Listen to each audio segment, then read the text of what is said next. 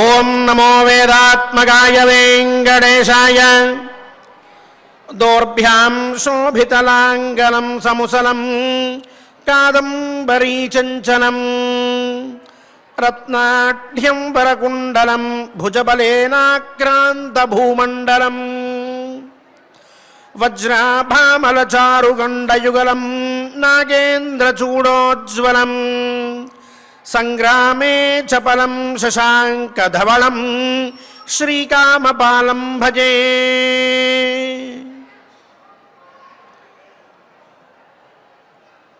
అనాథనాథుడైన శ్రీనివాసస్వామి వారి అనుగ్రహంతో ఈనాటి పారాయణానికి మనందరం కూడా సత్సంకల్పం చేసుకుందాం.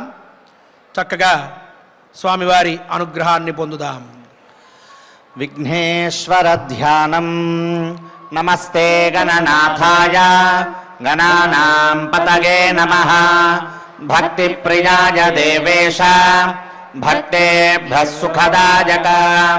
శ్రీనివాస ధ్యానం అనంత వేద సంవేద్యం నిర్దోషం గుణసాగరం అతీంద్రియం నిత్యముక్తం శ్రీనివాసం భజే నిశం.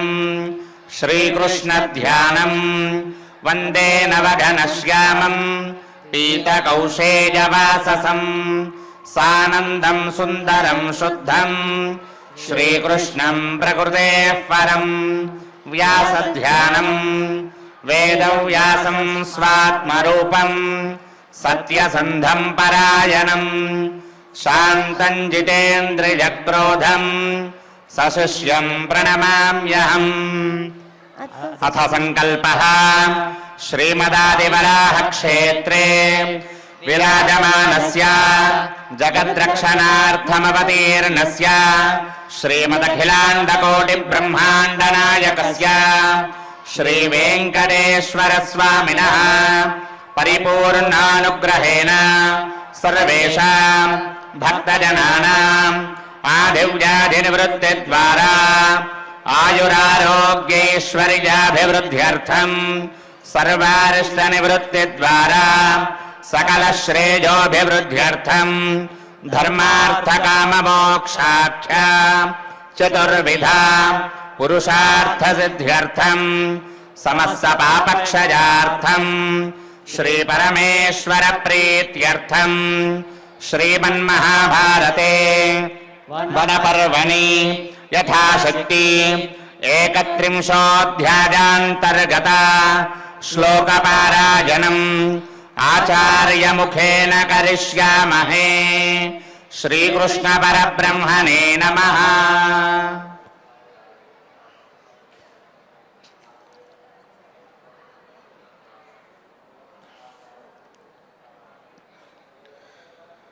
నారాయణం నమస్కృత్య నరం చైవ నరోత్తమం దేవీం సరస్వతీం వ్యాసం తతో జయముదీరయేత్.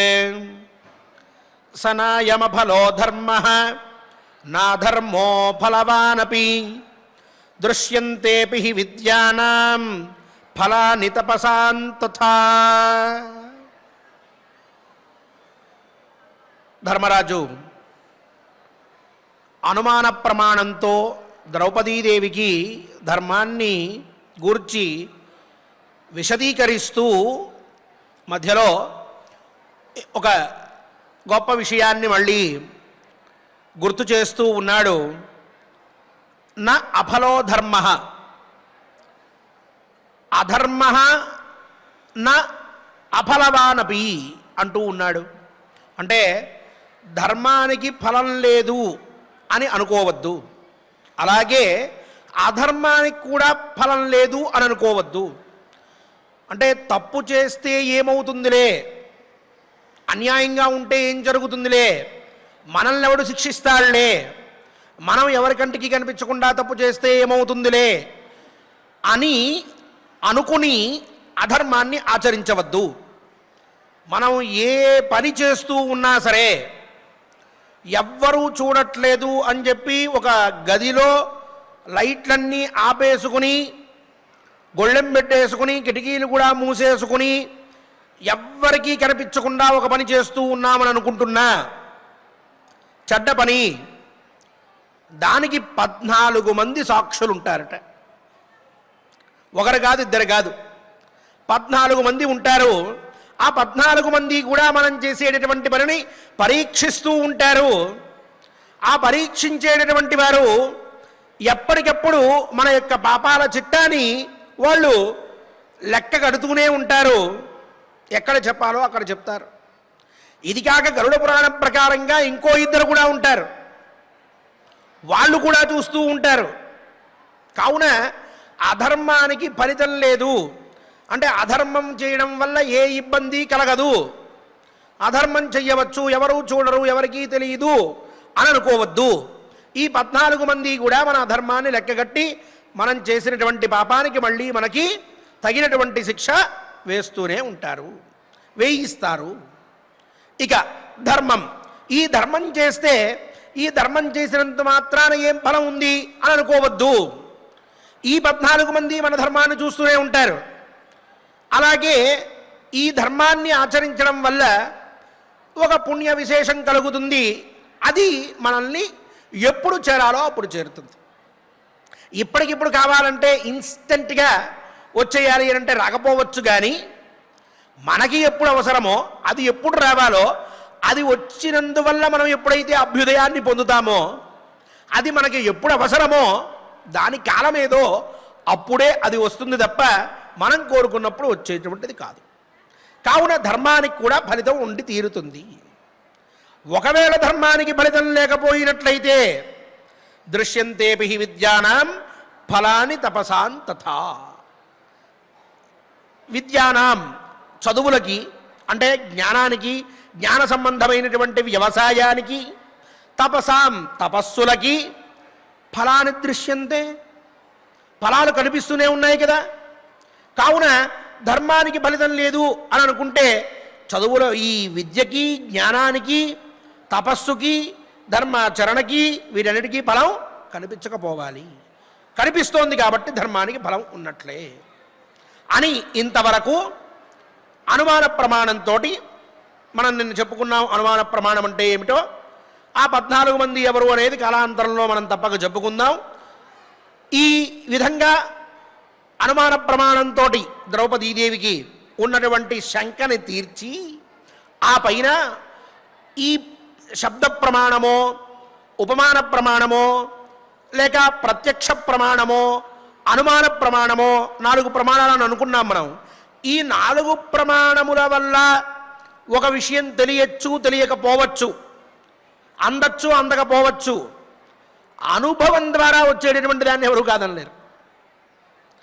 ఇప్పుడు ఒక వ్యక్తి పంచదార ఎట్లా ఉంటుంది అని చెప్పాడు అనుకోండి, అడిగాడు అనుకోండి మనల్ని, మనం తీయగా ఉంటుంది అని చెప్తాం.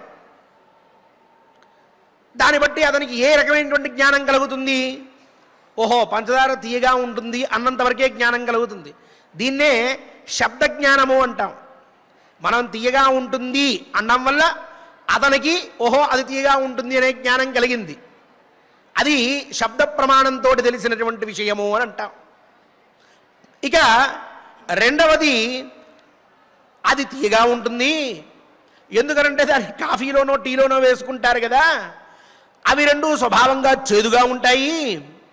కాబట్టి చేదుగా ఏదేదైతే ఉందో ఆ చేదుతనం పోవడానికి వాడేటటువంటిది ఈ పంచదార. కాబట్టి దాంట్లో వేస్తున్నారు అని అంటే చేదు దాంట్లో అది తీయగా ఉండడం కోసమే వేస్తూ ఉన్నారు. కాబట్టి పంచదార తీయరైనది అని చెప్పామనుకోండి, అనుమాన ప్రమాణం. నిన్న చెప్పుకున్నాం పొగ నిప్పులాగా, అది అనుమాన ప్రమాణంతో చెప్పినట్లు అవుతుంది. ఇలా మనం ఓ బెల్లాన్ని చూపించి అగో బెల్లం తీయగా ఉంది కదా, వాడు తింటాడు బెల్లాన్ని ముందే, కాబట్టి బెల్లం లాంటిదే ఇది కూడా తీపితనం విషయంలో అని చెప్తే ఒక ఉపమానం చూపించినట్లు దానిలాగా ఇది ఉపమాన ప్రమాణంతో వాడికి తెలుస్తుంది. ఓహో ఇది తీగా ఉంది కాబట్టి అది కూడా తీగా ఉంటుంది అని ఉపమాన ప్రమాణం ద్వారా మనం చేయగలం. ఇక ఆ పైన ప్రత్యక్ష ప్రమాణం, వాడు దాన్ని అనుభవిస్తే తెలుస్తూ ఉంటుంది.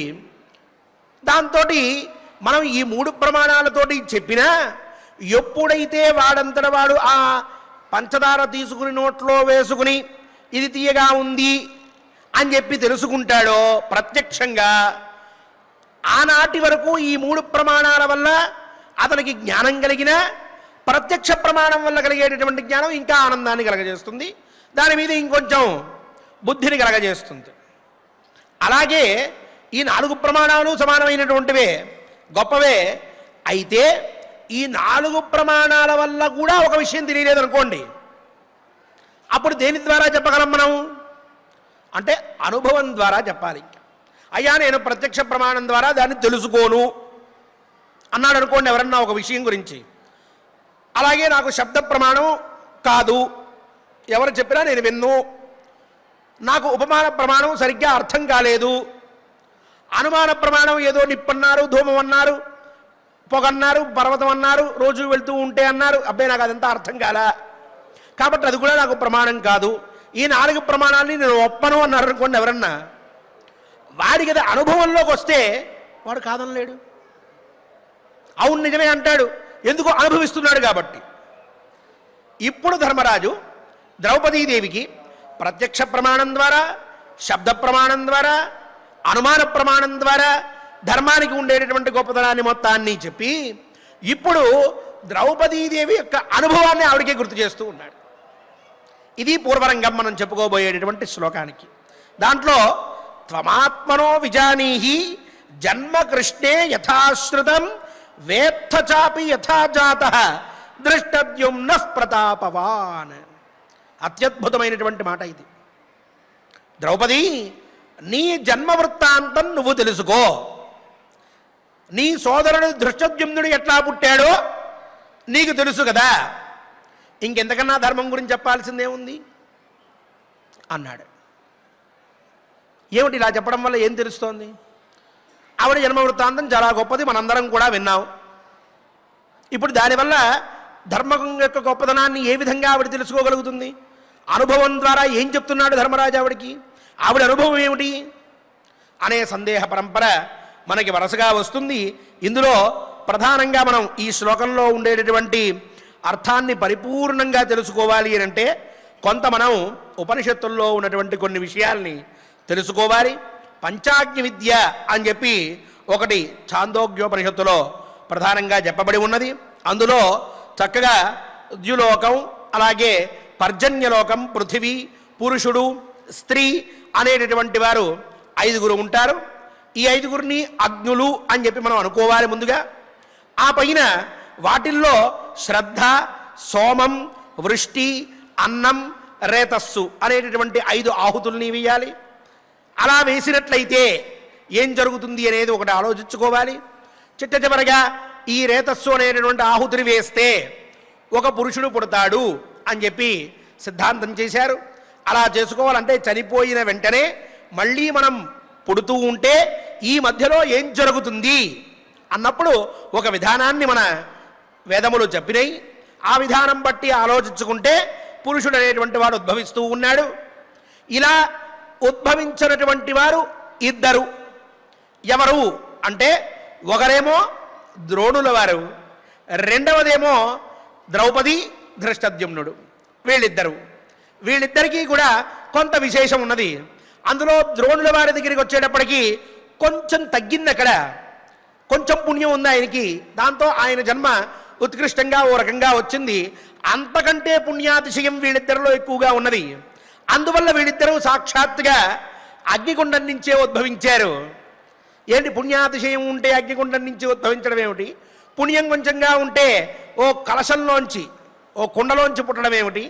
అసలు మరి మామూలుగా పుట్టినటువంటి వాళ్ళందరి సంగతి ఏమిటి అనేటువంటి సందేహాలు మనకి చాలా వస్తాయి. వీటన్నిటినీ కూడా వివరించి తరచి చూస్తే మనకి అత్యద్భుతమైనటువంటి ఒక తత్వం ఆవిష్కృతమవుతుంది. సమయానుసారంగా మనం చెప్పుకోవలసినటువంటి అవసరం ఉన్నది కాబట్టి రాబోయేటటువంటి పారాయణంలో మనం చక్కగా సవిస్తరంగా సవివరంగా ఇక్కడ ఉండేటటువంటి అంశాన్ని చెప్పుకుందాం. అప్పుడు ధర్మరాజు యొక్క హృదయం మనకు అర్థమవుతుంది. నీ వృత్తాంతం నువ్వు తెలుసుకో అన్నప్పుడు ద్రౌపదీదేవి ఒక్క క్షణం ధర్మం విషయంలో ఆవిడ ఆలోచించేటటువంటి ఆలోచన ఎలా ఉంటుంది, ఆవిడ ఎలా ఆలోచించింది అనేటటువంటి ఇది కూడా మనకి స్పష్టమవుతుంది. ఇంత పెద్ద వాక్యం ధర్మరాజు మాట్లాడి అనుభవంగా చూపిస్తున్నాడు అని అంటే అది ఎంత గొప్పదో కూడా మనం తెలుసుకునే వీలుంటుంది. దాన్ని తర్వాత పారాయణలో చేసుకుందాం. ధర్మం యొక్క గొప్పతనాన్ని తెలుపుతూనే అధర్మానికి కూడా ఫలితం ఉంటుంది కాబట్టి జాగ్రత్తగా ఉండాలని హెచ్చరించినటువంటి శ్లోకరత్నాన్ని శ్రీవారి పాదార విందముల దగ్గర మనందరం కూడా చక్కగా పారాయణ చేసుకుంటూ ధర్మస్య విజయోస్తు అధర్మస్య నాశోస్తు అనేటటువంటి ఆ నినాదాన్ని మనందరం కూడా ఒక నాదంగా వినిపిస్తూ ఉందాం. ప్రతిరోజు కూడా పరమాత్మ అనుగ్రహాన్ని పొందుదాం. ఓం నమో వెంకటేశాయ. ఓం నమో వెంకటేశాయ.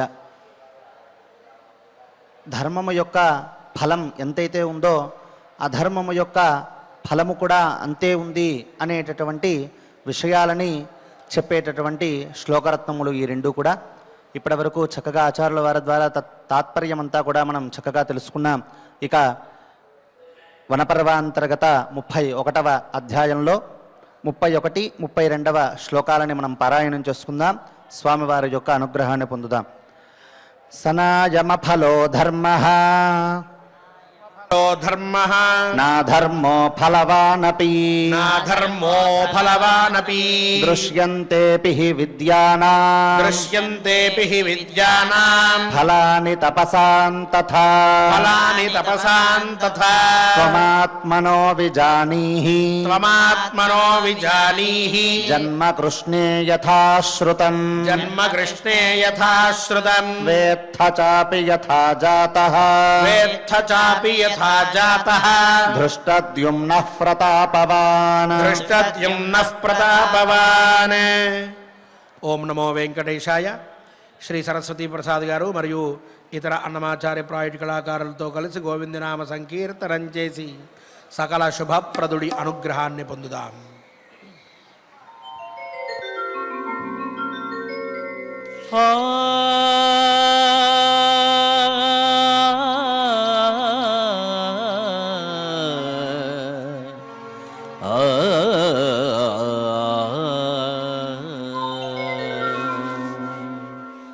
శ్రీనివాస గోవింద శ్రీ వెంకటేశ గోవింద భక్తవత్సల భాగవత ప్రియ నిత్య నిర్మల నీలమేఘ శ్యామ పురాణ పురుష పుండరీకాక్ష నందనందన నవనీత శోర పశుపాలక శ్రీ పాప విమోచన దుష్ట సంహార దురిత నివారణ శిష్ట పరిపాలక కష్ట నివారణ గోవింద గోవింద హరి గోవింద గోకుల నందన గోవింద గోవింద హరి గోవింద గోకుల నందన గోవింద.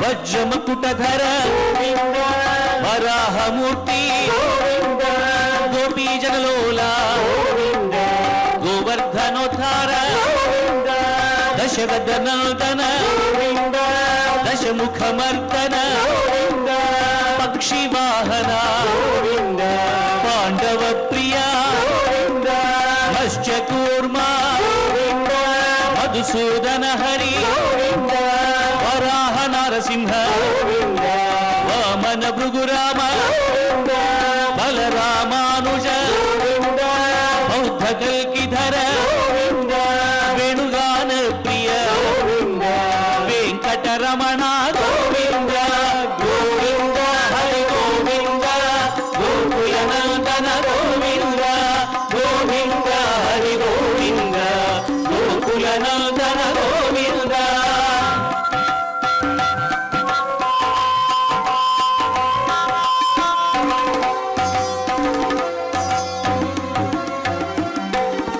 సీతానాయక సిద్ధ పరిపాలక దరిద్ర జన పోషక ధర్మ సంస్థాపక అనాథ రక్షక ఆపద్బాంధవ శరణాగత వత్సల కరుణాసాగర కమలదళాక్ష కామిత ఫలద పాప వినాశక పాహి మురారే శ్రీముద్రాంకిత శ్రీవత్సాంకిత ధరణీ నాయక దినకర తేజ గోవింద గోవింద హరి గోవింద గోకులనందన గోవింద గోవింద హరి గోవింద గోకులనందన గోవింద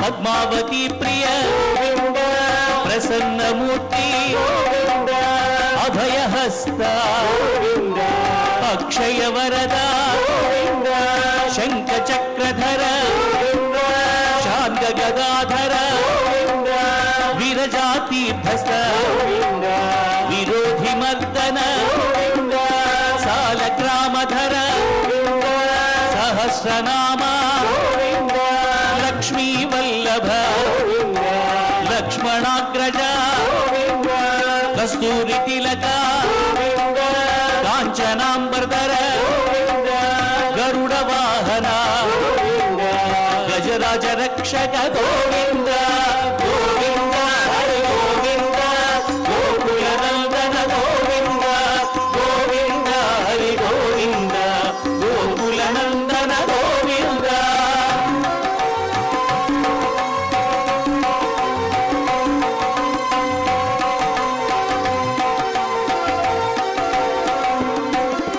వానర సేవిత వారధి బంధన సప్తగిరీశ ఏకస్వరూప శ్రీరామకృష్ణ రఘుకుల నందన ప్రత్యక్ష దేవ పరమ దయాకర వజ్ర కవచధర వైజయంతి మాల వడ్డికాసులవాడ వసుదేవ తనయ బిల్వ పత్రార్చిత భిక్షుక సంస్థుత శ్రీపుంరూప శివకేశమూర్తి గోవింద గోవింద హరి గోవింద గోకులనందన గోవింద గోవింద హరి గోవింద గోకులనందన గోవింద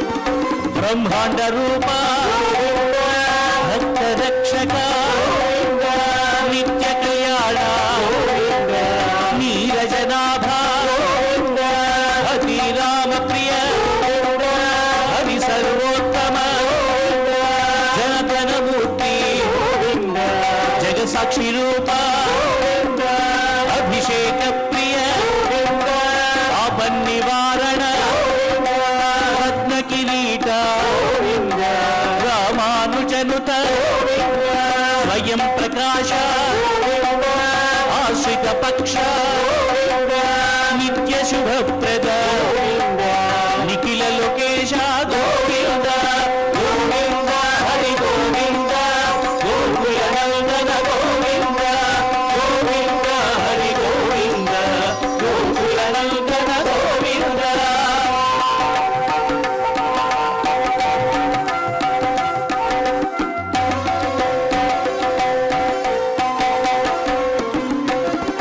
ఆనంద రూప ఆద్యంతరహిత ఇహ పరదాయక ఇభరాజ రక్షక పరమ దయాళో పద్మనాభ హరి తిరుమల వాస తులసీ వనమాల శేష సాయిని శేషాద్రి నిలయ మత్స్యావతార ఏడుకొండలవాడ గోవింద గోవింద హరి గోవింద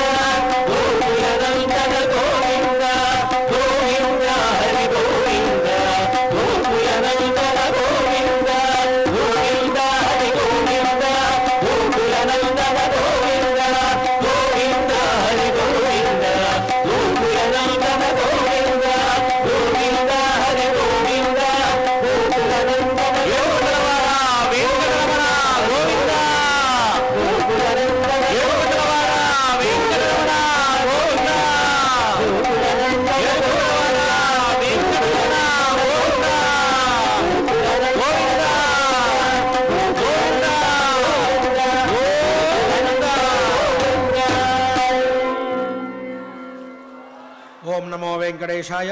క్షమా ప్రార్థనాదులతో పారాయణాన్ని మంగళాంతంగా పూర్తి చేసుకుందాం. శ్రీనివాసస్వామి వారి అనుగ్రహ పాత్రులమవుదాం.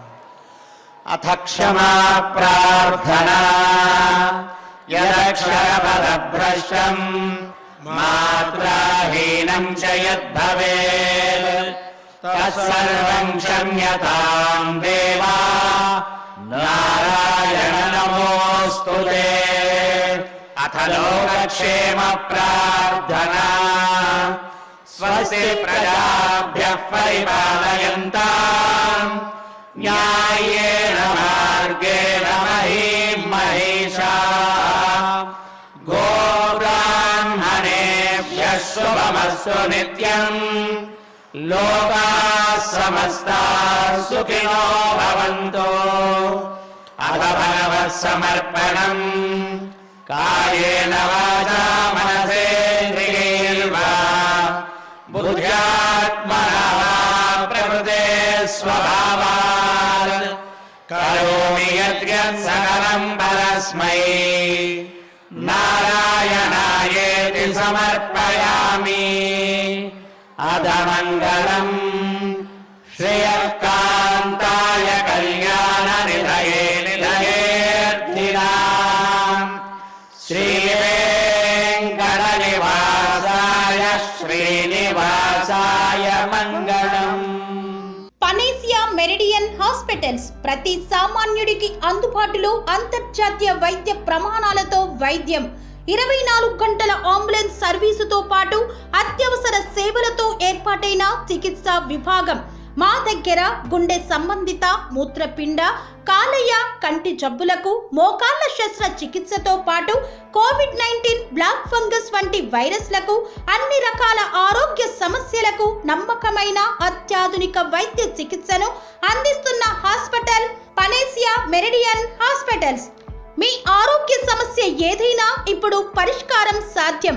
సంపూర్ణ ఆరోగ్యం కోసం సంప్రదించండి Panacea Meridian hospitals. Opposite Beeramguda Kaman, RC Puram, Sangareddy district. Pin code 502032. సంప్రదించాల్సిన ఫోన్ నెంబర్ 0845524177 మరియు 7893757770.